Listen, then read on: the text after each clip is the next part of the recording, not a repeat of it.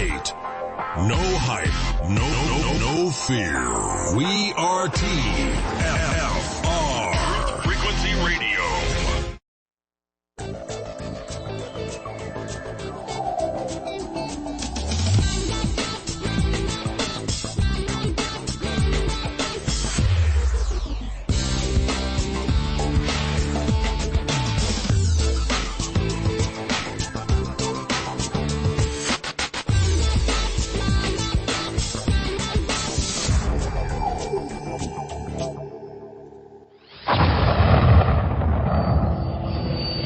This is your last chance.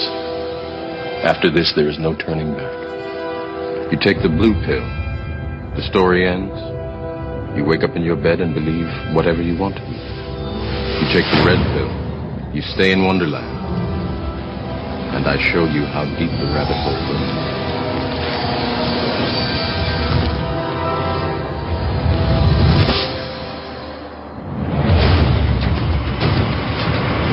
You're listening to the Revolutionary Radio Project with your host, Rob Skiba.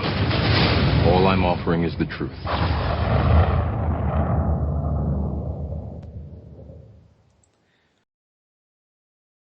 We interrupt this broadcast in order to bring you this urgent public service announcement. It has come to our attention that many of our users are suffering from an extremely severe mental disorder.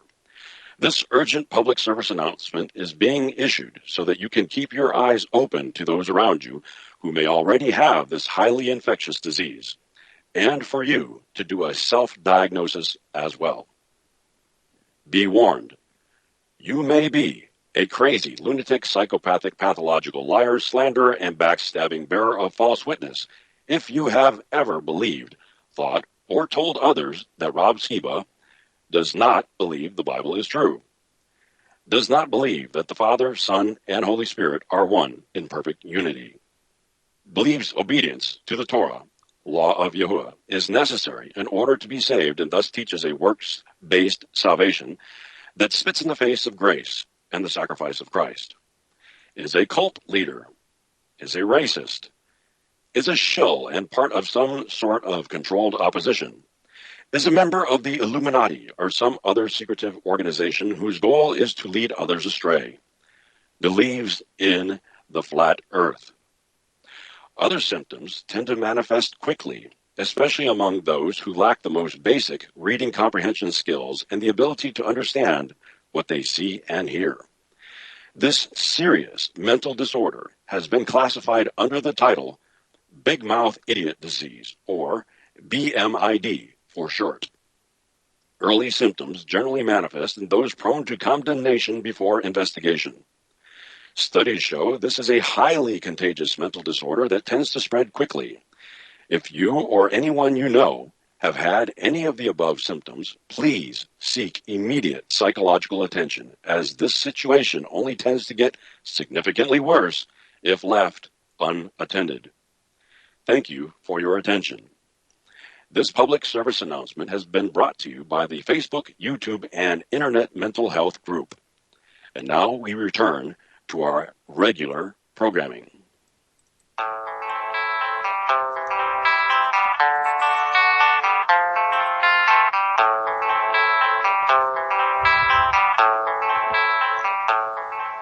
The watchmen are shouting, the time is at hand, out on the rooftops and throughout the land, to wake up the slumber and raise up the dead of the church who can't hear or see what's ahead. The signs are all there for those who have sight, who are called by his name, and can see through the night. Take heed from that voice, a word to the wise. Remove all your doubt and the scales from your eyes. The scales from your eyes. The scales from your eyes. Oh, mother, tell your children not to do what I have done. They'll spend their life in sin and misery in the land of the rising sun. Suit up with your armor, your spiritual wear. Get ready for battle and start to prepare. That army is coming to kill and devour. Lay waste to the land. in his last hour. But cast out all fear and stand up for truth, 'cause the Most High is here and his angels are loosed. His angels are loosed. His angels are loosed.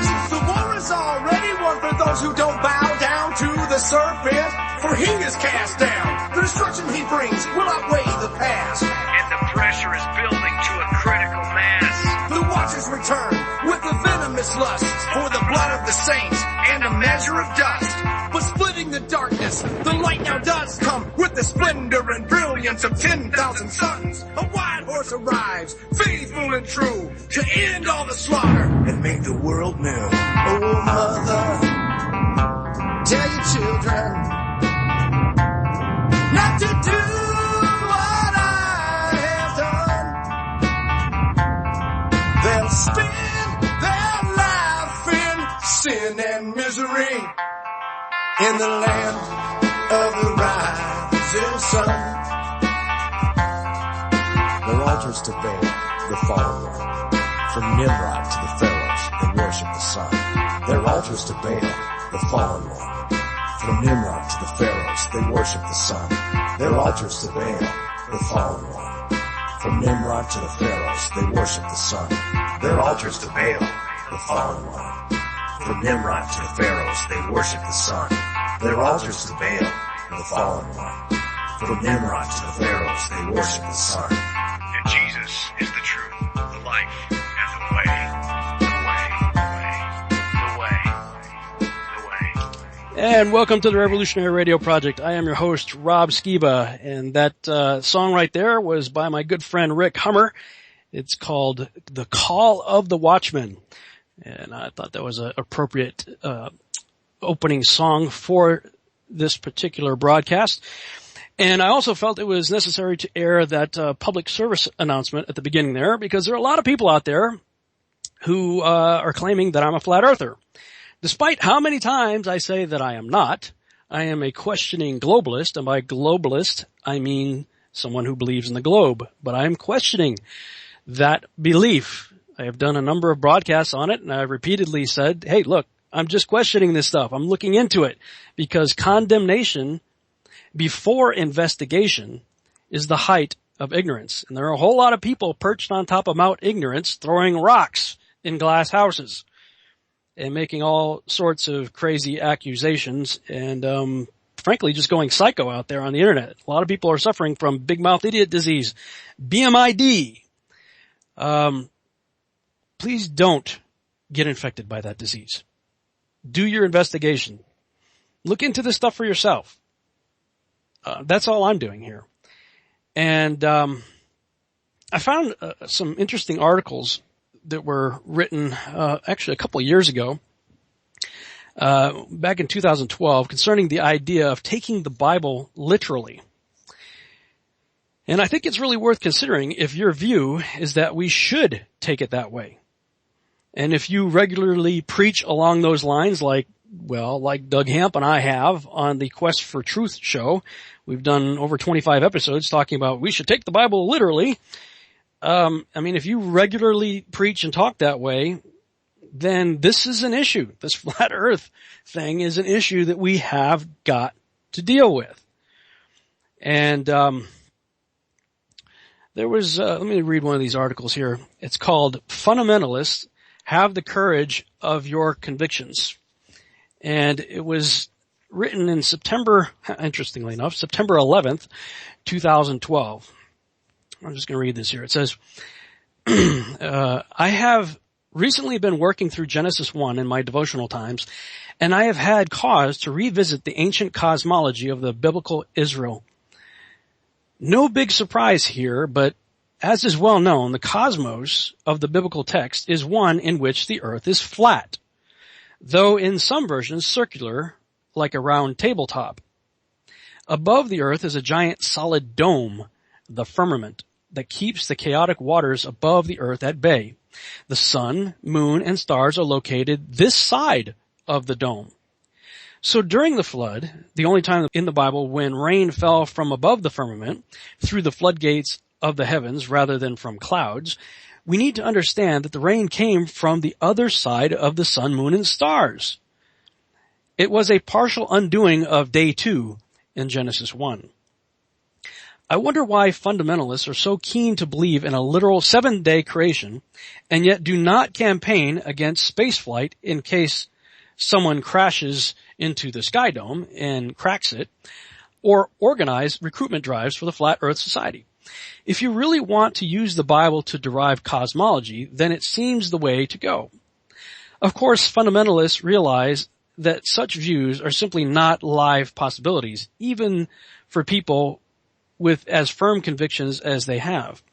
So they argue that the world in the Bible is not flat, but actually spherical. Wow! How could biblical authors know that? Proof of inspiration, right? And that the firmament is not a solid sky dome, but something else. What the something else is will vary depending on who you talk to. Alas, the arguments used to support a spherical earth in the Bible don't work, while the flat earth case is very strong. The same goes for the sky dome.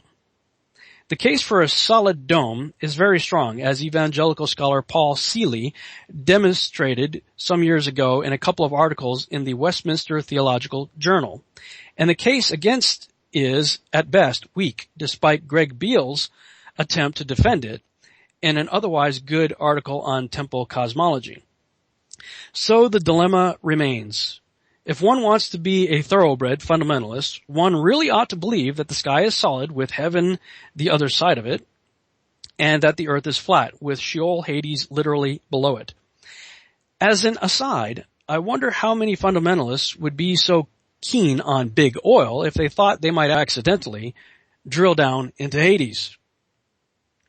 Speaking for myself, I agree with the likes of Aquinas and Calvin that God accommodated himself in his communications with humanity. Perhaps God was not interested in correcting the ancient science of ancient Israel. He had bigger fish to fry. But I am inclined that God does not merely speak through Genesis 1 and other biblical texts in spite of its ancient cosmology, but in fact precisely in and through it. That opens up a whole interesting conversation for another time. And that person left off with that conversation back on September 11th of 2012. Well, it seems like Logos Bible software, if you're familiar with some of the Bible study tools out there, a lot of you may even use this software. Logos Bible software is one of those high-end, fairly expensive softwares that helps you to do in-depth Bible study. Really, it seems like they're the ones that stirred up this hornet's nest long before the recent surge of interest in the flat earth hit social media. If you go online and just do a Google search for flat earth Bible, you'll probably see a really nice, well-drawn depiction done by Logos Bible software under the heading Ancient Hebrew Conception of the Universe.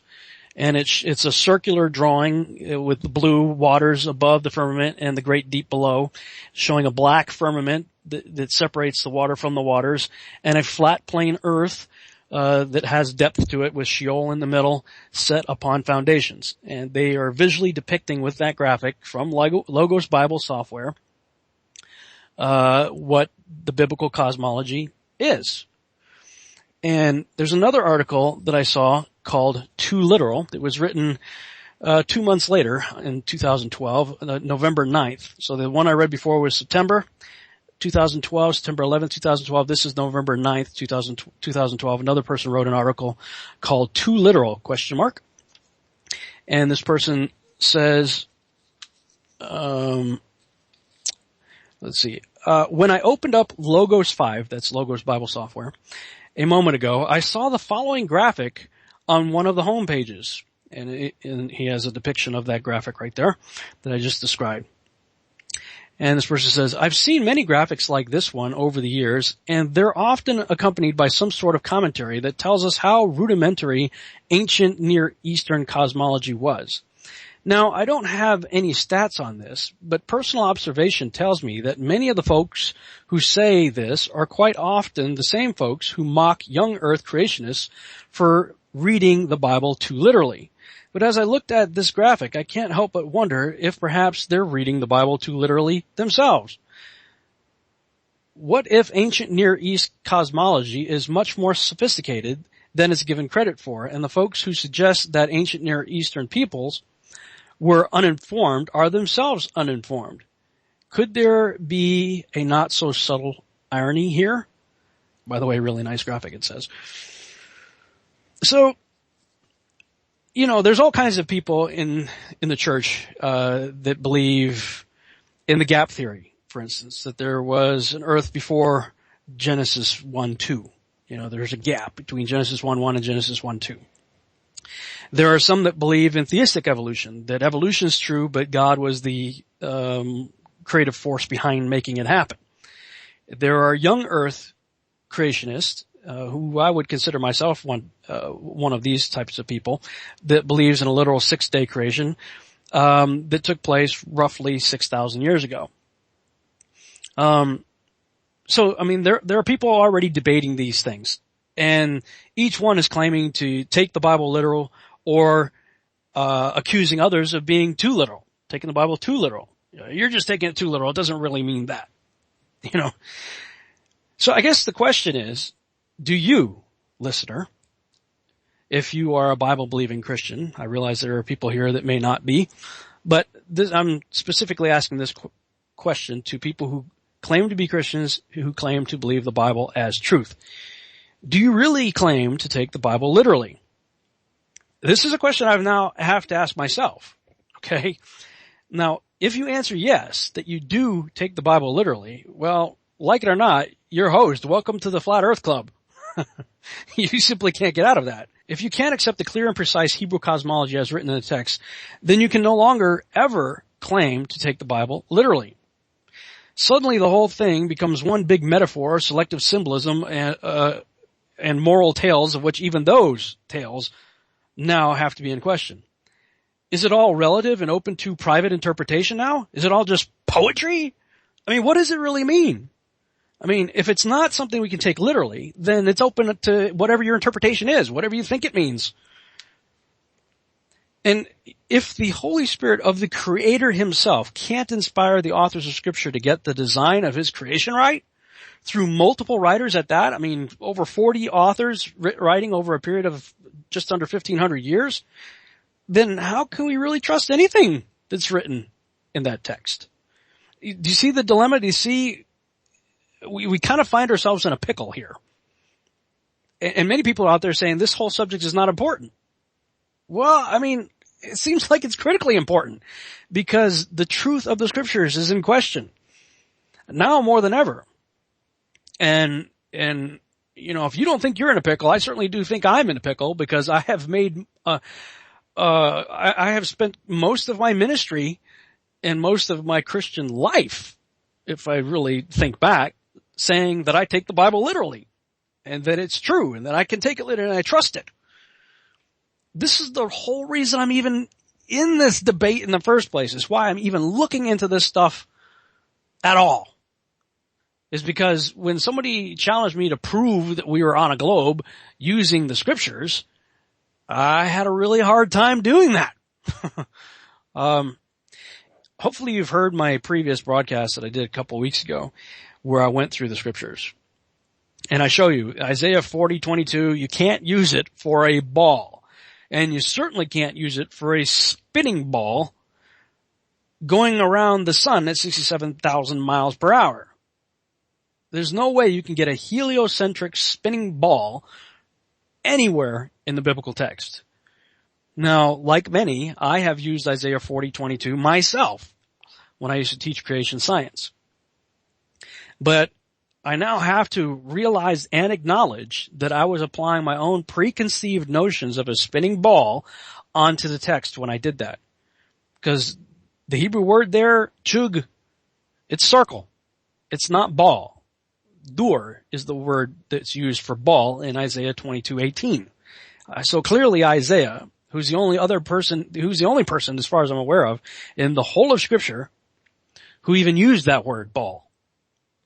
So the same guy everybody wants to use to say that the Bible proves a spherical earth, he's the only guy that used the word ball in the whole Bible, at least as far as I can tell. He used it in Isaiah 22, used it in a totally different word in Isaiah 40:22 regarding the earth. Okay, so once I realized that, I'm going, oh boy, I've got to look into this. And that's what I've been doing for the last several weeks now. And, well, shoot, we only got about 5 minutes before we go to break already. When I come back from the break, I'm going to play something by Michael Heiser. You know, first of all, I posted a note on Facebook called "Pay No Attention to the Village Idiot," and I said, so apparently I've now earned the reputation as the Facebook Village Idiot these days, and probably YouTube as well, at least according to the internet talk show buzz. I've heard some people tell me that they're mocking me on various radio talk shows and stuff like that, bringing my name up. And of course, the wildly active gossip mill is chiming in as well. And about the time that I was becoming aware of how much my name is being dragged through the mud, I found an article written by Dr. Michael Heiser. It was written about 3 years ago. In the article, he wrote, literal creationists are actually only selective literalists, or, as I would call them, inconsistent literalists. If one was truly consistent in interpreting the creation description of Genesis 1 at face value, along with other creation descriptions in both testaments, you'd come out with a round, flat earth complete with solid dome over the earth and earth supported by pillars with Sheol underneath, etc. But creationists who claim the literal mantle don't do that, since the results are clearly non-scientific. My view, this is Dr. Michael Heiser now, as readers know, is that we ought to simply let the text say what it says and let it be what it is. It was God's choice to prompt people living millennia ago to produce this thing we call the Bible. And so we dishonor it if we impose our own interpretive context on it. Our modern evangelical contexts are alien to the Bible. Frankly, any context other than the context in which the biblical writers were moved to write is foreign to the Bible. So who's the literalist now? He says. I've pointed out this inconsistency before, for example, my online lecture about Genesis and its pre-scientific cosmology. What Genesis describes is consistent with all other ancient Near Eastern creation models and shares the vocabulary and motifs of those other pre-scientific cosmologies. That's Dr. Michael Heiser. Now, if you want to get to know who this guy is, you can check him out on logos.com. You go to logos.com for Logos Bible Software, logos.com/academic/bio/Heiser. And you'll see he earned his PhD in Hebrew Bible and Semitic languages at the University of Wisconsin-Madison. Before going to UW-Madison, Mike earned an MA in ancient history from the University of Pennsylvania. Major fields were ancient Israel and Egyptology, and another MA from the University of Wisconsin-Madison Hebrew Studies. He also attended Dallas Theological Seminary.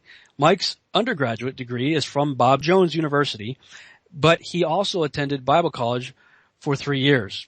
Mike's dissertation was entitled The Divine Council in Late Canonical and Non-Canonical Second Temple Jewish Literature. The dissertation sought to discern the ancient Canaanite and Israelite roots of Jewish binitarian monotheism and the early church's high Christology. Because of his coursework, Mike can do translation work in roughly a dozen ancient languages, among them Biblical Hebrew, Greek, Aramaic, Egyptian hieroglyphs, and Ugaritic cuneiform. He has also studied Akkadian and Sumerian independently. Okay, so I mean, he's got more to that bio. I mean, there's like 1, 2, 3, 4 more paragraphs you can read on the guy. He's a highly educated individual. Okay. He's a biblical scholar. He's a Semitic language expert with letters after his name. He's like the go-to guy for ancient Near Eastern languages and cultural contexts that nearly everyone around here in the internet community, they all like to go run to this guy for validation of biblical Hebrew and Greek concepts. Often they'll do so while mocking me in the process, a pastime that even he has engaged in on more than one occasion. And yet, he has said exactly what I've been saying regarding the cosmology of the ancient world. Even though I've never consulted anything that he's ever written on this issue until just recently.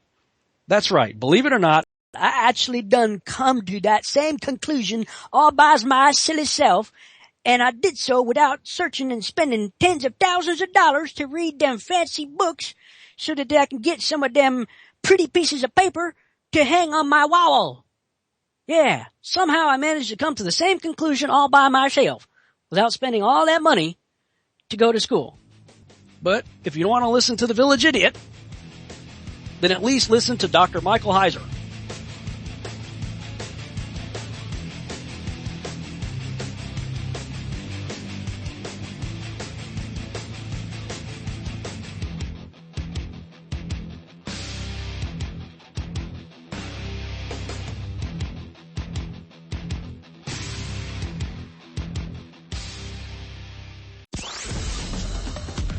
Freaky Friday with the Woo Crew. Fridays on Truth Frequency Radio.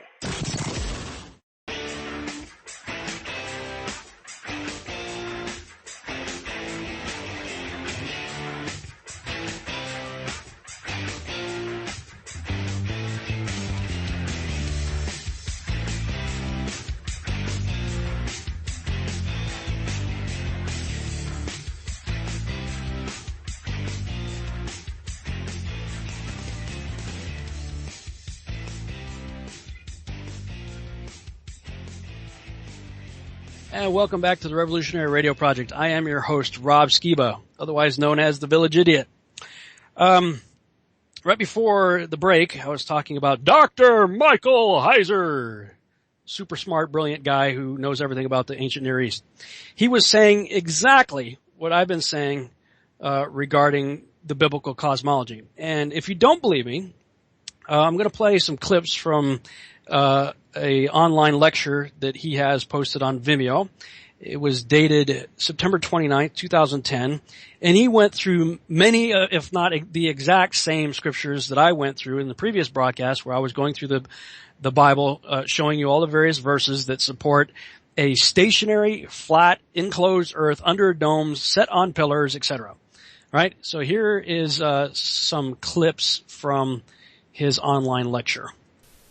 The Old Testament shares terms and ideas with the ancient Near Eastern pagans. Again, we talked a little bit about this last week. This should not be a surprise because there are similarities between the conception of how the world that we experience was made that are shared with Israel's neighbors. We see these terms as metaphorical, the terms that I'm going to cover tonight. We look at them. You know, when the Old Testament says something like that the sky is supported by pillars, oh, that's just metaphorical. It's just poetic. To us it is, and you know why? Because we have a scientific worldview. That's why. They didn't. They were serious. No ancient person ever scaled a mountain. Do you realize that? Like the tall mountains? Because it takes oxygen, they freeze, all this kind of special equipment. There's no record that any of them ever did it. Okay, it wasn't until the 15th century that we have, the whole issue resolved of can you sail this way and come out the other? The whole idea about the Earth being a globe and all that kind of stuff, that was debated up into the 15th century. We look at that and go, oh, it's just poetic. It is to us. But what I'm going to say is, again, back to my introduction, if you take it literally, you have to give them the benefit of the doubt. They were serious about it. All these concepts and even some of the terms are part of ancient Near Eastern cosmology. In other words, what I'll show you tonight, the division of the world, what the world looks like in Israelite cosmology, you can find the same descriptions anywhere else. Egypt, Mesopotamia, ancient Syria, the Hittites, whatever. Because this was a common worldview. Now, if we say that Israel knew better through special divine revelation, then we have a problem. Then we have to say that the literature of the pagans, somehow they knew too. Did God speak to them? Where'd they get that information? I really don't want pagan literature to be in any way even looking inspired. Okay, that opens a real can of worms for inspiration. It's just ground we need to stay away from, and for good reason. It's legitimate to stay away from it. If we let the Bible be what it is, though, we can claim it's unique theologically in what it says about God. But if not, then pagan literature is essentially on the same level. And trust me, you don't want to go there. You want it to be unique. Let's get into it here. Exodus 24. Israelite cosmology has 3 tiers. This is the Ten Commandments passage. You shall not make for yourself a carved image or any likeness of anything that is in heaven above, or that is in the earth beneath, or that is in the water under the earth.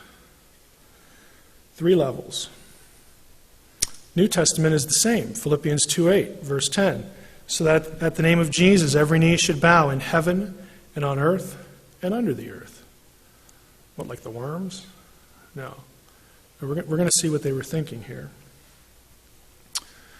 Revelation 5, heaven, earth, under the earth. It's a 3-tiered cosmology. This is what it would look like. I didn't make this graphic, which is why it looks cool. Okay? Somebody gave this to me because they hated, honestly, at Western, they hated the one I used, and so they gave me this one. This is a 3-tiered cosmology. There's God. We're going to see it in the verses I'll show you that God lives above the vault of heaven, the firmament. And in the firmament you have windows and doors. And you have the earth. We're going to see verses that talk about the ends of the round, flat earth here. Underneath is Sheol. Sheol can be both the grave, and it can also be the underworld. Okay? It's not quite hell, but it's sort of like hell. We can talk a little bit about it. And then underneath that, we have the great deep. These are all scriptural terms that are on this map. This is what an Israelite, an Egyptian would have had different terms, but the same 3-tiered level.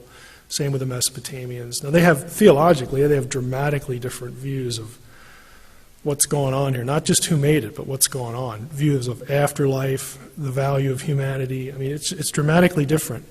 And I've made the comment before, Genesis is about theological messaging.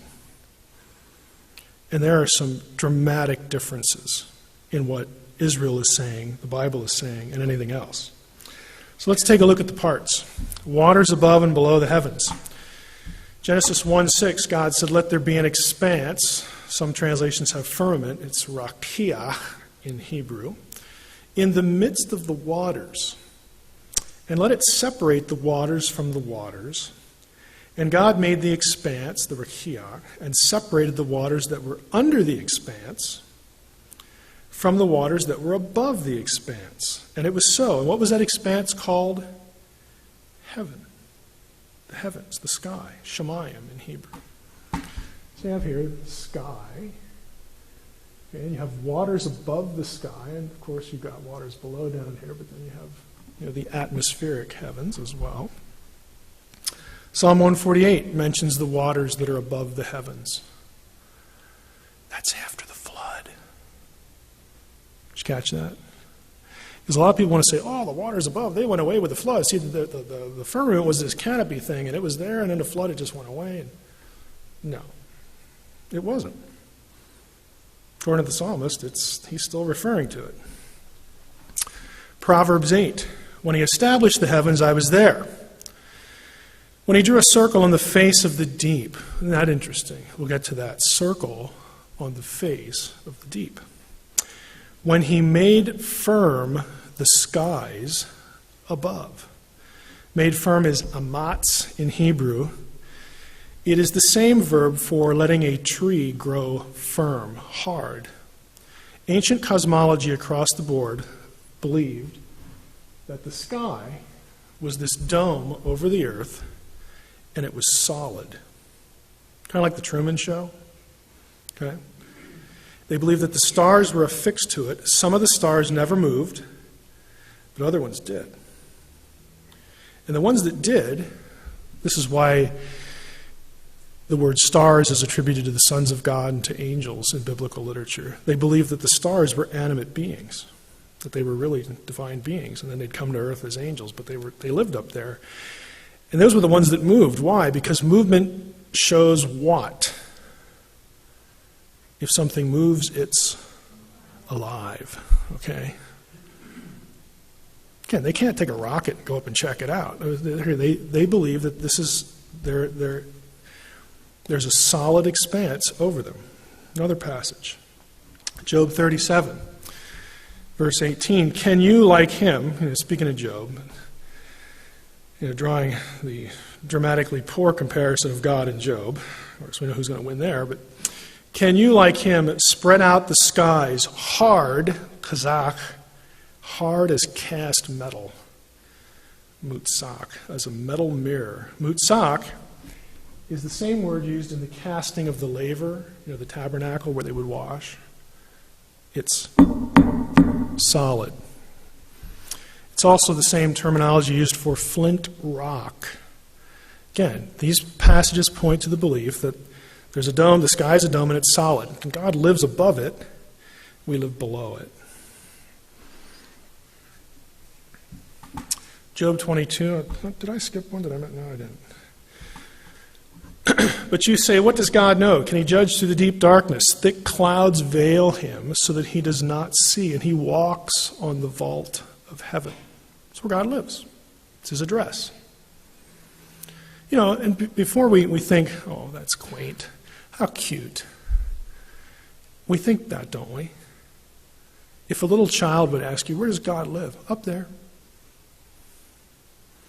Is there something wrong with that answer?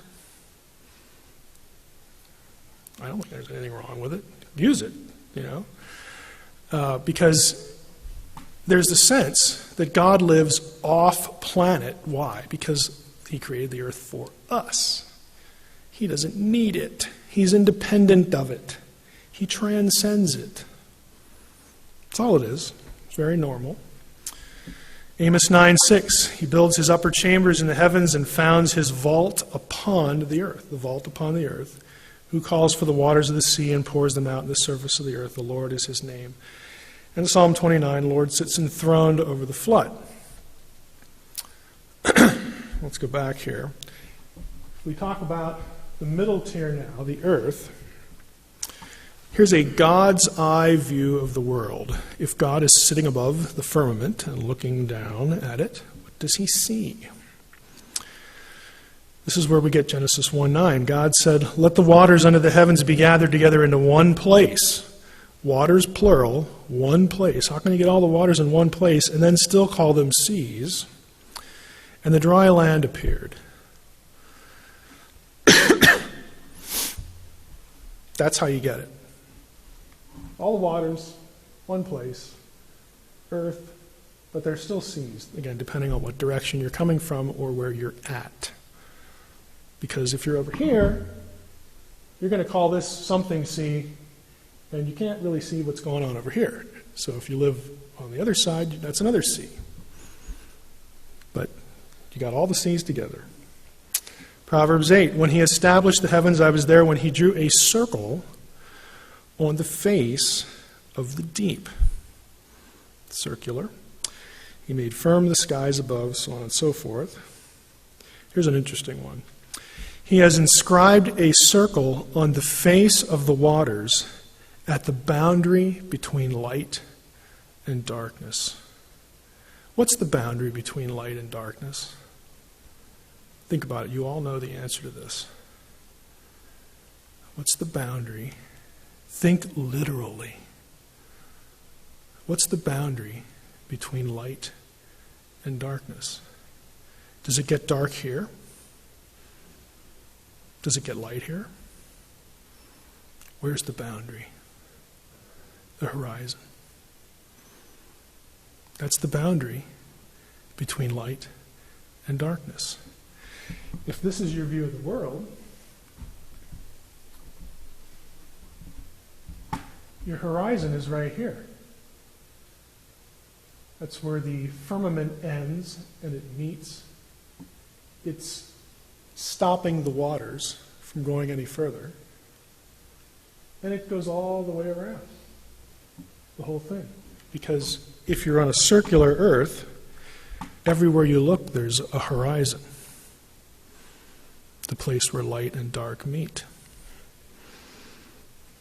Again, I told you I'm going to be a flaming literalist tonight. I'm going to say that I'm going to take them absolutely at their word. Vault of the heavens, pillars and mountains. The pillars of heaven tremble and are astounded at his rebuke. Oh, that's just metaphor and poetry. Yeah, to us it is. If you ask them, it's like, well, there's that big mountain thing. I mean, that's holding up the sky. Duh.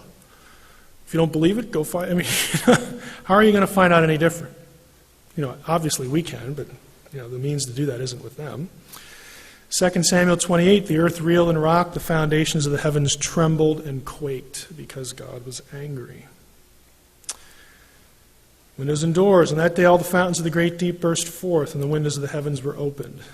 The fountains of the deep and the windows of the heavens were closed. Psalm 78, yet he commanded the skies above and opened the doors of heaven. Again, familiar phrases. Pillars under the earth, supporting the earth. Again, look at the language. For the pillars of the earth are the Lord's, and on them he has set the world. You betcha. It's not Marduk. It's not that silly Ta in Egypt. It's Yahweh who did that. Isn't that amazing? I mean, an Israelite would want you to marvel. He would think you're insane if you didn't. Either that or a pagan. Job 38:4. Where were you when I laid the foundation of the earth? On what were its bases sunk? Or who laid its cornerstone? He set the earth on its foundations so that it should never be moved. To him who spread out the earth above the waters. Again, think of the circle with the earth in the middle. For his steadfast love endures forever. Now, that is a very brief overview of Old Testament cosmology. And I'm coming back to this slide, but I think I'd kind of like to go back to, well, some of us won't have the context for it. Let's just end here. There is a passage, if any of you bring it up in Q&A, I have more slides about it, but I'm going to end here, that relates to cosmology that might have popped in your head as far as a question, dealing with the Earth's shape as it will. But the message I want you to take away again is Genesis is about theological messaging. Just like with our illustration, we spent a long time leading up to the cosmology slides, the conversation between the 6-year-old and the scientist. When you accept the way that the critic frames the debate, you're not going to get very far. If you remember the conversation, the 6-year-old. God made my baby brother. And the scientist says, no, he didn't. Your mommy and daddy did. I asked you who was right. And we said, they're both right. Then I asked you who was wrong. And we said, they're both wrong. But we can parse that because we separate mentally the truth claim, the message, the assertion, the truth assertion being put out, and we immediately contextualize the person's worldview, and even if it's flawed like the 6-year-old's was, her point is still correct. And if we look at Genesis this way, it doesn't matter that Genesis is, and the rest of the Bible is littered with this kind of cosmological language because God didn't bother to change the culture. He could have if he wanted to. He didn't care. If he had cared, he would have done it. The only other conclusion is that he couldn't, and then you have a problem with omnipotence. Okay? God doesn't care. I'm coming to these people at this time, in this place. It's second millennium BC. They don't know it's BC yet because Jesus hasn't come. But it's a long time, okay, way, way, way, way back. And I'm going to give them a message, and they're going to do the best they can under my influence to express it. I'm going to watch as they write. If they goof up, I'm going to send somebody along. Go fix that. They didn't quite get it right. Somebody will come along and clean that up a little bit. When it gets done with the process, God can look at this thing we call the Bible and say, good job, it's pretty good. I'm satisfied with that.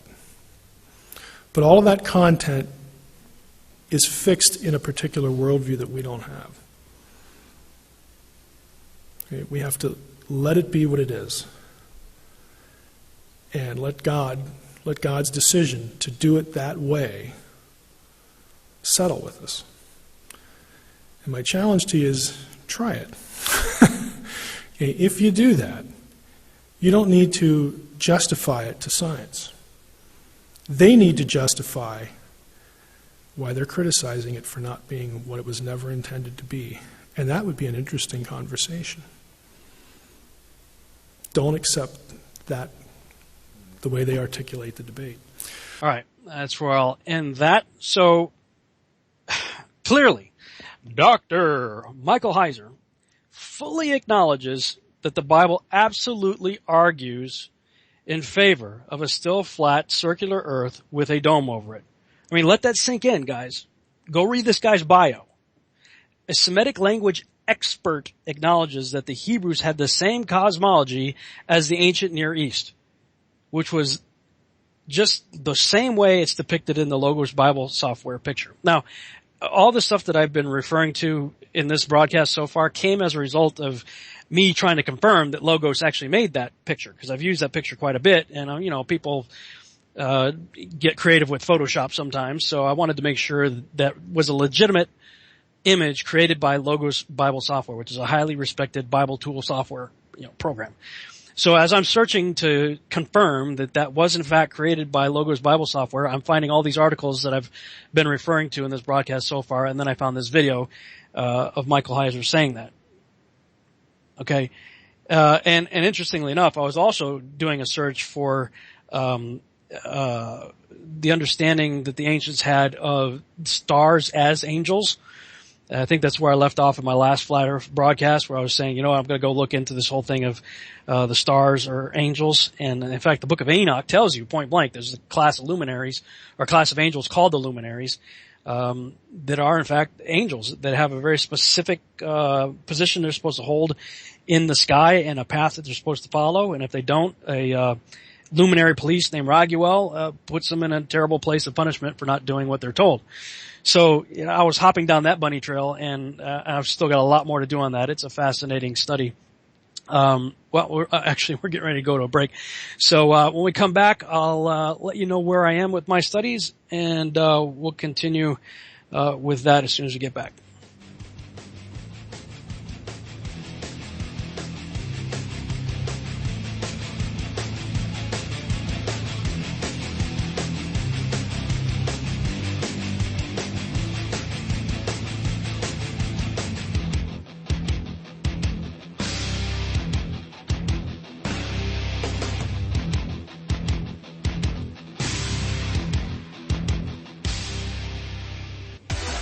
No hate, no hype, no fear. You're listening to Truth Frequency Radio. We are TFR.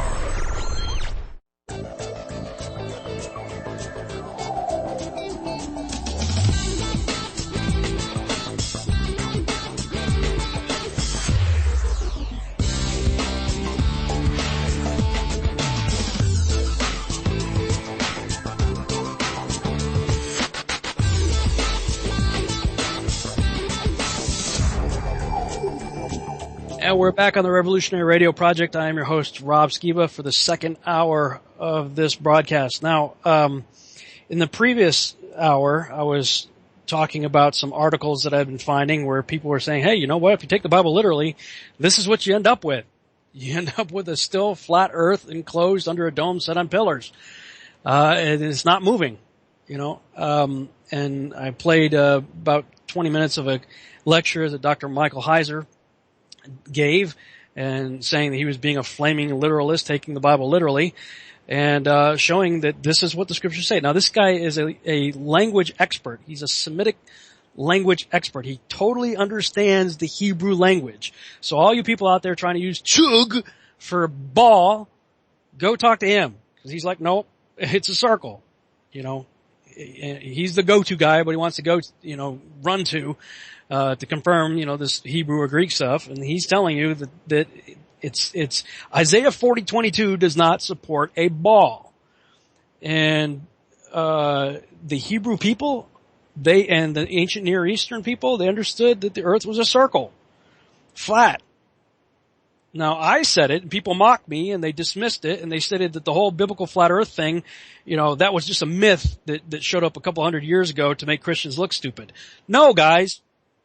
It was the dominant view of the ancient world. Face it, that's what it was until about 1,500 years ago. And this is confirmed, again, by a highly educated intellectual who's one of the big content contributors to Logos Bible software, and he's got alphabet soup, style name with letters after it. Okay, so again, if you don't want to believe me, the village idiot, then believe him. I mean, the guy, he paid lots of money so people would actually acknowledge that he knows what he's talking about. Now, that said, he was, you heard him in the previous session there say that Genesis is about theological messaging. And he's basically making the case that the Bible is just there to give us theology, how to understand our relationship with God. Well, hey, that's true, but the creator of the cosmos told several authors, and he read a bunch of them, and I put a whole bunch more in the stuff that I wrote long before I ever read any of his stuff. The Holy Spirit inspired these guys to describe the earth a very specific way. Mike says, well, God never felt the need to correct them in their apparent wrong interpretation or understanding. Well, wait a minute. Why would God have to correct them? He's the one that inspired them to write it in the first place. You'd have to correct himself. He's the one that told them to write it that way. So if you want to blame somebody about where this flat earth thing comes from, blame God, because he's the one that told the authors to write it this way. The facts are the facts. That's what the Bible says. If you're going to trust the Bible, then there you go. Welcome to my side of this whole thing. I can't let this thing go because I do trust the Bible, and I'd say you could take it literally, and I've been known for preaching that. So now I'm in a pickle. Because, now, to be fair, there is scientific evidence that's put forth for us to consider that is very compelling. Yes, I do not trust NASA, I do not trust the government, and I do not trust the military. But that said, there's still a lot of compelling evidence out there that I haven't been able to debunk, at least in my own mind, to write it all off. Now, having said that, if I was to be honest with myself, and I think if you were to be honest with yourself, and you ask the question, how do we know the earth is a globe? Where is your evidence for that? Well, all of our evidence is coming from NASA, the government, and the militaries of the world. That's where it's coming from, because none of us have been up over 50,000 feet. And the experts say the curve, despite of what all you on Facebook, originally came out, if you've ever flown on a plane, you've seen the curve of the earth. The plane flies at 35,000 feet. None of us have seen the curve of the earth at 35,000 feet. And if you think you have, go book a plane, flight, go up, take it up, and start taking pictures out of your window. Just make sure you don't have a fisheye lens on your camera. Bring it home, put it in Photoshop, put a parallel line over it, and you're going to see it's perfectly flat. I know because that's what I did. I've looked through footage. I've been in planes more times than I can count. I was a missionary for 6.5 years, traveled to over a dozen countries there and back. In some cases, I went to the same country twice. And now that I've been doing public speaking on Nephilim and New World Order and Nimrod and all that kind of stuff, I've been on planes a lot for that too. And before that I was a helicopter pilot. So I've been in the air a lot, folks. But I've never been up above 40,000 feet. And I would dare say probably none of you have either. Unless you're in the military and have, been privileged to fly in, a spy plane or something. And then when civilians who don't put a fisheye lens camera attached to a weather balloon, they send the weather balloons up to 100,000 feet, it's perfectly flat. Now, I've seen one. There's been one rocket that was sent up by civilians, and it went almost to 130,000 feet. The highest that I've seen so far of a civilian test. And they had a camera attached to this rocket, and when I took screen captures of its highest altitude toward the end of the video and brought it into the Photoshop, there is a very slight curve of the horizon. And frankly, I don't know what to make of that. Except this much I do know. that anybody who claims to have seen the curve at anything below 130,000 feet, you're full of crap. Okay? That's it. You're full of crap. Or you're like, you just accept fisheye lens footage as authentic, and that's good enough for you. I mean, even when they're taking pictures through canopies that are curved, I mean, you gotta put your eye like right up to the window, if a curved window, cause you're gonna get distortions. And so, I mean, this is the problem that I'm having in committing. People, I'm kind of both sides of the fence. People who are diehard globalists who believe we're on a globe. They're like, come on, Rob, get over this flat earth stuff. Come back over to our side. Stay here. Well, I'm already on your side, guys. I am a globalist. I'm questioning it because I'm seeing competing evidence that's every bit as compelling as the evidence for it. And then there's the flat earthers on the other side thinking, they've got somebody in their corner and I've produced, 12 hours worth of videos and, probably several hundred pages worth of printed content now. And they're like, come on over, man. Just give in, dude. You believe the Bible, so come on over. And I want to. Believe me, I do. At this point, I kind of think I guess I'd have to classify myself as, an agnostic when it comes to the shape and nature of the earth and its place in the cosmos. Now, if you look up agnostic, aside from our view of God, which I am not an agnostic in my view of God. I very much believe in God. But the word itself, apart from, if you look it up on Webster, the first ones, the people who question the existence of God, I am not one of those. But the other two definitions you see for agnostic is a person who holds neither of two opposing positions on a topic, which is true. Right now I'm kind of straddling the fence going, well, some of this makes sense over here and some of this makes sense over there. Webster also defines an agnostic as a person who denies or doubts the possibility of ultimate knowledge in some area of study. Now, of course, I certainly know what the Bible has to say, on this issue. I mean, that's what we've been talking about here and what I've talked about in all my blogs. So, if somebody put a gun to my head and say, okay, do you believe the Bible and do you believe the flat earth? I mean, if you put the two together, I'm going to have to say yes, because the Bible clearly, as Dr. Michael Heiser said, that's the biblical worldview of the entire ancient Near East. So if I was to draw the line specifically on biblical text, that's what I'm going to have to go with. That's where my heart wants to go. My brain, on the other hand, is going, well, but look at all this other apparent evidence over here that seems to contradict that. And if it does in fact contradict that, if it is absolutely provable with empirical evidence that is not tainted in any way by some kind of conspiracy or deceit or of any kind, if that evidence absolutely proves we're on a globe, then folks, we all have to reconsider how we understand the Bible. And at this point, I'm going to have to stop saying I take it literally, if that's true. So this is the reason why I am looking into it so much, because I really want to cling to the fact that I can take the Bible literally. Because to me, frankly, it's dangerous if we can't. If it's open to willy-nilly interpretation, then Smurfs created us. All right? I mean, let's just come up with anything we want to. We're on a square. The Earth is a square. There you go. Now maybe it's a pyramid. Now we can come up with whatever, we can make up with anything we want because it's all poetry and it's all relative.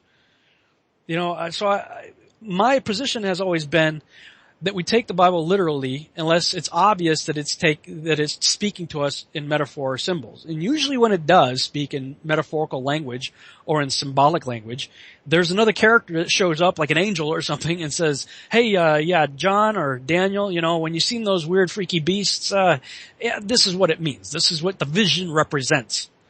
So the allegories are explained to us in those situations.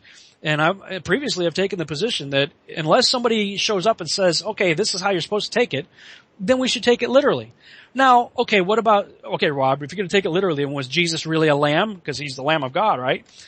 Well, I mean, the allegory is obvious if you study the Old Testament.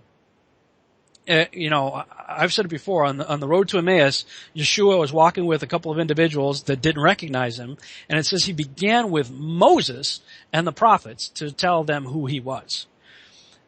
And that story really struck me because I could tell you all about my Messiah from the Gospels and the epistles of the New Testament. I can tell you all about him from that. But the Bereans, when they heard Paul or any of the other guys talking about this Yeshua, this character from Nazareth, they didn't have the New Testament. They weren't reading Matthew, Mark, and Luke and John and the epistles of Paul to figure out if Matthew, Mark, Luke, and John and Paul were telling the truth. That would be circular reasoning. They didn't do that. And anytime you see in the New Testament where it says they searched the Scriptures, well, the Scriptures weren't the New Testament because they weren't written yet. The Scriptures at the time of the New Testament that they were searching was the Torah, the prophets, and the Psalms. That's where they were going to confirm who Yeshua was. And when you see the sacrifices that take place and what Passover is all about and everything, then the allegory that Yeshua is the lamb that takes away our sins becomes blatantly obvious. All right? So, I mean, people who want to use that as their trump card, it doesn't really work. As you go through the Torah and start studying it to find Yeshua, to find your Messiah the same way Yeshua himself described himself to the guys on the road to Emmaus, you see that he fits all the descriptions of the various sacrifices through the book of Leviticus. I mean, it's mind-blowing what you see. That's one of the reasons why I created the Wisdom from the Torah workbook series, so you can check it out for yourself. And I intentionally didn't put commentary in there so that you would make your own commentary as the Holy Spirit teaches you. 1 John 2 says you have no need of a teacher. Let the Holy Spirit be your teacher. And so, I mean, where does this leave us? Well, for me, it leaves me still on the quest for truth. I haven't arrived yet. I haven't arrived to a conclusion. And one of the things I realized I needed to do was take a step back and see how we got here. Okay, Dr. Michael Heiser admits, you heard his presentation, that the entire ancient Near East believed this way. The earth was fixed on pillars under a dome. Right? Now, his final position on it, I'm going to quote from an article that I read by him. He said, if God's point had been to give us scientific precision, he would have done so, and we'd probably not understand it unless we want to presume our own knowledge of the created world has pretty much solved everything and answered all the questions, in which case you must be doing your science reading in popular magazines. The point is, no one alive today can handle all the detail known to the mind of God. And the same goes for the 2nd millennium BC writer. But the fact that we don't have this sort of indecipherable item informs us that such wasn't the goal of inspiration. And so the scientific details cannot be viewed as the truth claim assertion God meant to be communicated to posterity. As such, it is unreasonable to define inerrancy/errancy by such criteria. Okay, well, you know what? Maybe I'm just dumb enough to imagine that it would have been quite easy for Yahuwah to have described the earth as a spinning ball going around the sun if he meant to reveal the truth of his creation that way. And by the way, he did spend a lot of time telling multiple authors about the nature of our earth, the sun, moon, and stars, as we have just seen in his presentation as well as in the multitude of scriptures that I went to in some of the previous sessions on my blog. Right? I mean, he spent a lot of time telling us all this stuff. So clearly, I mean, it was on his mind to tell human beings something about the cosmos. So then why describe it totally different from scientific reality? I mean, it's not like the ancients couldn't imagine something spherical or the idea that we could be, as an earth, we could be the ones moving around a stationary sun. I mean, somehow the ancients managed to build unbelievably amazing megalithic structures, and they did so making astrological observations and calculations that we still to this day can't figure out. I mean, many of the megalithic structures were designed to be ways to observe the movement of the stars. I mean, and the further back we go, the more impressive it gets. So I'm quite sure they could have handled the truth concerning the science we all believe today. I mean, really, it's not like a big deal. I mean, if God meant to say that we are on a globe, they understood what a three-dimensional ball is. I mean, if they, looked at a stone, well, it's round, it has spherical dimensions, I mean, it's not like a sphere was, something we didn't figure out till, recently. And they had clear understanding of a lot more of the cosmos than you and I do, to have built and done the things that they did. So, I mean, if God really wanted to describe the earth, they were capable of understanding that concept. If he was to describe it as earth going around the sun instead of the sun apparently moving around the earth. There's over 60 scriptures in the Bible talking about the sun, moon, and stars moving over us. 0 scriptures ever mentioning the earth moving, rotating, spinning, or orbiting. None. To my simple, uneducated brain, Dr. Michael Heiser's illustration of the 6-year-old child, the child's mindset, where did babies come from? It doesn't quite seem to fit the example of Holy Spirit inspired text written by the prophets of the creator of the cosmos. And so what I've decided to do is try to go back to see where all this stuff started to change. Because clearly, even Michael Heiser says, this was the view for up until about 1,500 years ago. Everybody thought the earth was what we've been talking about here. And then about 1,500 years ago, things began to change. Now, there's some that began to put the seeds of the new paradigm into place about 500 years before Christ. And so I decided to write a new series of blogs, and I got a new domain. If you want to go there and maybe follow along here, we're not going to get to all of it in the rest of this broadcast, but we'll get as far as we can, and we'll continue probably next week. If you go to testingtheglobe.com, testingtheglobe.com is the new domain that I got for putting all this content out there for you. Testingtheglobe.com, and if you go to there, in the top main menu, you'll see One Man's Quest for Truth. That's a lot of the broadcasts you've already heard me do here already, so you can check those out. But tonight I want to talk about Gearing Up for Apollo. It's a new series that I'm working on right now. If you click on the main menu there where it says Gearing Up for Apollo, you'll see the first link, sub-menu there is Architects of a Spherical World, ? And if you click on that, that's what I want to look at right now. And again, if you're new to all this, if you haven't heard any of this before, please take the time. If you want to read it, I put the videos right here from previous Revolutionary Radio projects, episode 19, 20, 21, and 22. And episode 22 is where I go through all the scriptures myself long before I ever read any of these Dr. So-and-so stuff and managed to somehow come to the same conclusion all by my own uneducated self. Okay, part 1, Architects of a Spherical World. With few exceptions, most ancient cultures basically had some concept of the earth as an enclosed system, very similar to that which is depicted in the Hebrew Bible. And again, I've got that depiction right there that we've been talking about in this broadcast from Logos Bible Software, Ancient Hebrew Conception of the Universe. And when I looked up flat earth, one of the first Google links that popped up was from Wikipedia. And the Wikipedia entry on flat earth says, the flat earth model is an archaic belief that the earth's shape is a plane or disk. Many ancient cultures have had conceptions of a flat earth, including Greece until the classical period, the Bronze Age and Iron Age civilizations of the Near East until the Hellenistic period, India until the Gupta period, early centuries AD, and China until the 17th century. It was also typically held in the Aboriginal cultures of the Americas, and a flat earth domed by the firmament in the shape of an inverted bowl is common in pre-scientific societies. Now, I always love the way they say that. Pre-scientific.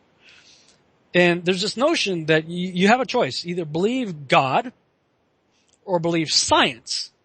And as I've started to do, I put together a timeline of how we came to this conclusion of the earth. You're going to find some interesting things because the science at the earliest stages is either heavily skewed into worship of Apollo or some other false deity, or it's literally hell-bent on proving the Bible wrong. That's where the science that we believe in today originates. If you can even call it science. I mean, seriously. I just watched a show recently. It's on Netflix. If you have Netflix, you can look up a show called The Universe, and I believe it's episode 12. You got to check this out. Go to Netflix.com, look up The Universe, and search for episode 12. God and the Universe is the title of it. God and the Universe. Consider a scientific approach in weighing the idea that God created the earth and even the universe versus the theory that it all came from nature. And of course, you know where that show is going to go. They give a nod to the biblical ideas, but the whole rest of the show is saying basically we have no need of God. That's what it comes down to. And okay, yeah, and these people, a lot of these people, you listen to Neil deGrasse Tyson, Richard Dawkins, and a lot of these guys. They all mock the idea of God and outwardly tell you, why would you live your life by an ancient book? They mock the Bible, they mock God, they say there's no need of it, and Dawkins is like belligerent against it. He's like Captain Atheist. And so let's put, they mock us as lowbrow, idiots for believing the things that we do. Let's put it in perspective. They think they came from monkeys. Okay. I don't care how many letters they have after their name. These guys go to school, they read books, they come out believing they came from monkeys, and then they have the audacity to say that we're the stupid ones. Okay. So here's a clip from, here's a few minutes worth of that show. Listen to what they have to say. In the beginning, there was darkness, and then bang, giving birth to an endless expanding existence of time, space, and matter. Every day, new discoveries are unlocking the mysterious, the mind-blowing, the deadly secrets of a place we call the universe. Looking at the Earth's incredible complexity, people have always wondered what made it all possible. What breathed fire into the equations of physics? Religion has long offered a spiritual explanation that God created the universe. But is science now starting to find elusive evidence of God? Or does physics tell us that no creator was necessary? Stephen Hawking and I say in the book, The Grand Design, that the universe could have come from nothing. Let's embark on a scientific search for God in the universe.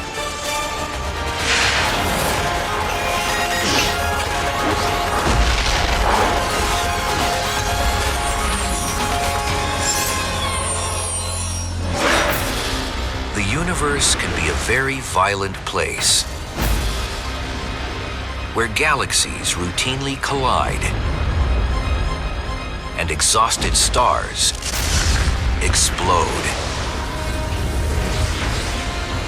But it is also a place that gave birth to something absolutely extraordinary, at least here on Earth. Conscious, sentient beings. It is, of course, a mystery as to why the universe exists in such an intelligible manner, but it suggests to me, at least, that there's a deep link between the universe, the grand scheme that's unfolding, and beings like ourselves. Somehow the universe has become self-aware. It's engineered the emergence of comprehending, thinking beings like ourselves who can come to know the universe.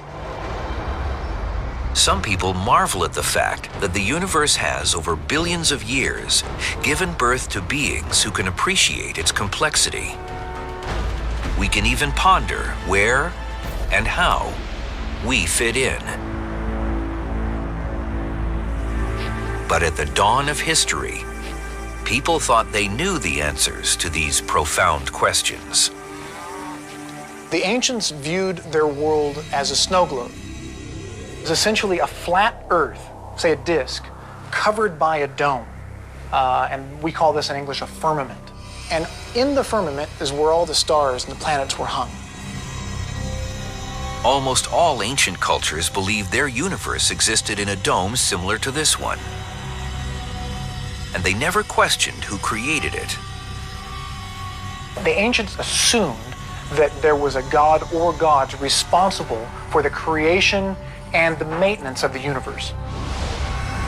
The idea that God created the universe went largely unchallenged until the Middle Ages, when scientists made a sacrilegious suggestion based on their observations.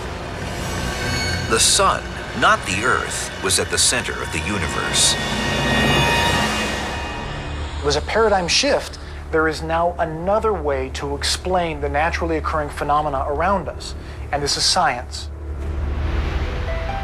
Since the Middle Ages, scientists have developed sophisticated new theories about the enormity of the universe and our place in it.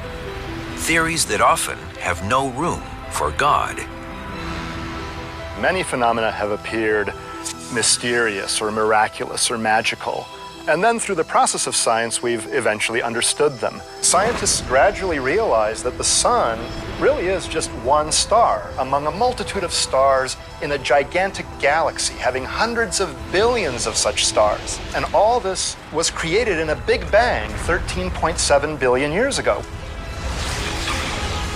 But while scientific theories, observations, and experiments tell us where we are in the cosmos, they don't answer the eternal questions: why we're here, and who, if anyone, created us.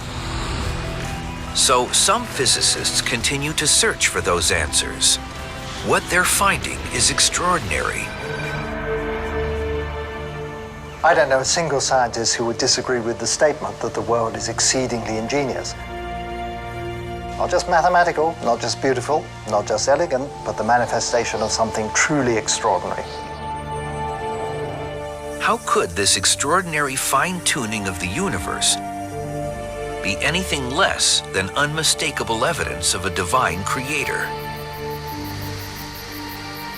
It's often said that the delicate fine-tuning must be evidence that some agency tuned it that way.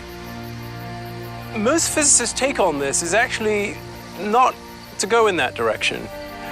When you see something that's finely tuned in physics, it usually means there's a mechanism that you don't yet understand that is playing a role there.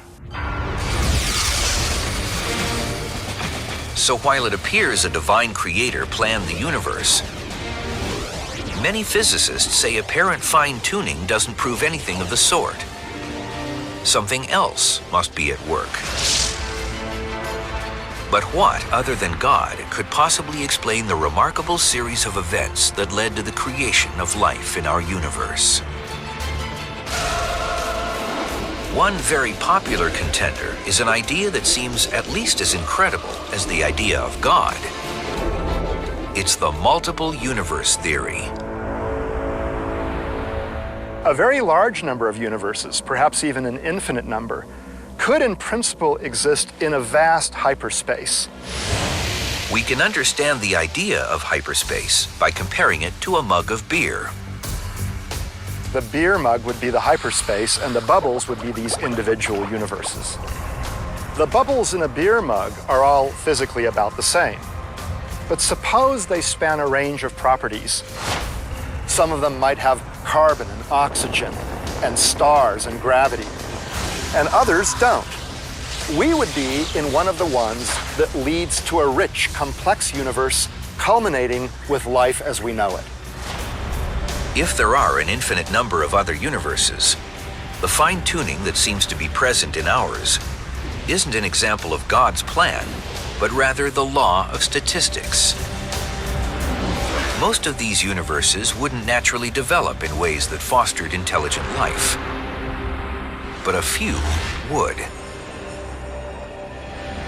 So then the explanation for the specialness of the universe is that we are winners in a gigantic cosmic lottery. It stands to reason that we couldn't be living and discussing this in a universe that was hostile to life. Only the bio-friendly ones get populated with thinking beings. Having a multitude of universes is actually quite a simple and natural consequence of some of the most favored models for the birth and early evolution of our universe. It's kind of like stars and planets. As long as you have the capacity to make one, it's easy to make lots of them. Oh, really?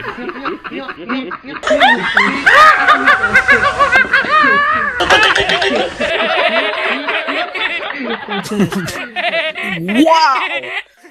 beer mug hyperspace multi-bubble verse. Really? Seriously? You guys you have to watch the show. If you have Netflix, watch it. Watch the whole thing. And then realize that these guys are all talking out of their butt. They're farting out beer bubble universes. Okay? That's what they're doing. Hey, I got an idea. Yep. Multi-beer bubble universe. And they call that science. And they make fun of us? Really? Yeah, I'm not going to take that from them anymore. It's bad enough that we take, ribbing and abuse from fellow Christians that say they believe in the Bible. That's another issue. But I'm not going to sit here and let people who think they came from monkeys out of a beer bubble fart universe ridicule me for looking into what I'm looking into and considering, a possibility. If you guys can think about beer bubble universes, then I can think about a snow globe. Fair enough? Okay, let's move on. Where were we in the blog here? All right, it was typically held in the Aboriginal cultures of the Americas, and a flat earth domed by the firmament in the shape of an inverted bowl is common in pre-scientific societies. Yeah, as soon as you become scientific and start believing you came from monkeys who fart out beer bubbles, then you can call yourself a scientist. Other than that, you're going to be pre-scientific. The paradigm of a spherical earth appeared in Greek philosophy with Pythagoras, 6th century BC, although most pre-Socratics retained the flat earth model. And there's a footnote there you can check out for yourself. I'll just go ahead and skip that for the sake of time here. It's not until we get to about 500 years before Christ that we finally start to see people questioning the previous models held by the ancient world to be true. Before anyone was able to physically go out and explore the ends of the earth from about 500 BC to 150 AD, various Greek philosophers theorized the idea that the earth could be spherical in nature, with north and south polar regions. But no one could actually prove anything through physical observation of an alleged South Pole, for instance. Please keep this in mind. This is pre-exploration of the alleged poles.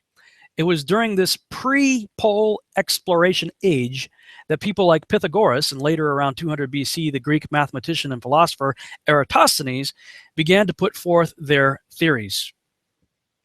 Prior to that, however, it must be noted that the far more advanced builders of megalithic structures, such as the various pyramids and temples we see across the earth, were among those who believed in an enclosed flat earth model.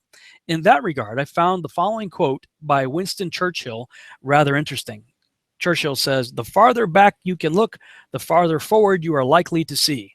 I'm not necessarily a big fan of Churchill myself, but I did like that quote. Even to this day, we still can't figure out how the ancients built such incredible structures. So could it be that they knew something that was lost to humanity due to the theories of men such as Pythagoras and Eratosthenes? I think so. The very fact that the farther back you go in history, the more prevalent the belief in an enclosed flat earth becomes should give us all pause to consider carefully.